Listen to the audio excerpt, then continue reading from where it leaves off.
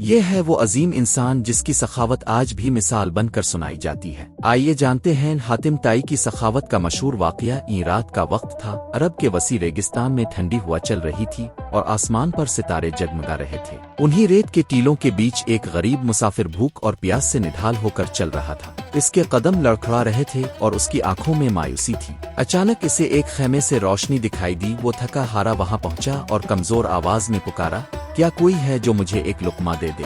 یہ آواز سنتے ہی قبیلات کے سردار حاتم طائی خیمے سے نکلے۔ انہوں نے مسافر کو دیکھا اور مسکرا کر کہا، اے مسافر، تاو ہمارے در پر آیا ہے، یہ میرا نہیں اللہ کا رزق ہے۔ آج تاو میرا مہمان ہے۔ لیکن جب خادم سے کھانے کا پوچھا گیا تو معلوم ہوا کہ خیمے میں کچھ نہیں ہے۔ یہ سن کر حاتم طائی لمحہ بھر کو سوچ میں پڑے اور پھر اپنی سب سے قیمتی اونٹنی کی طرف بڑھ کر فرمانے لگے، جب مہمان بھوکا ہو تو دولت کی قیمت کوئی نہیں۔ اس اونٹنی کو ذبح کرو اور ہمارے مہمان کے لیے کھانا تیار کرو۔ کچھ دیر بعد دسترخوان بچھا، کھانا آیا اور حاتم خود مسافر کے ساتھ بیٹھ گئے۔ مسافر کی آنکھوں سے آنسو بہہ نکلے اور اس نے کہا، اے حاتم، میں نے تو صرف ایک لقمے کی بھیک مانگی تھی اور تاو نے میرے لیے اپنی سب سے قیمتی چیز قربان کر دی۔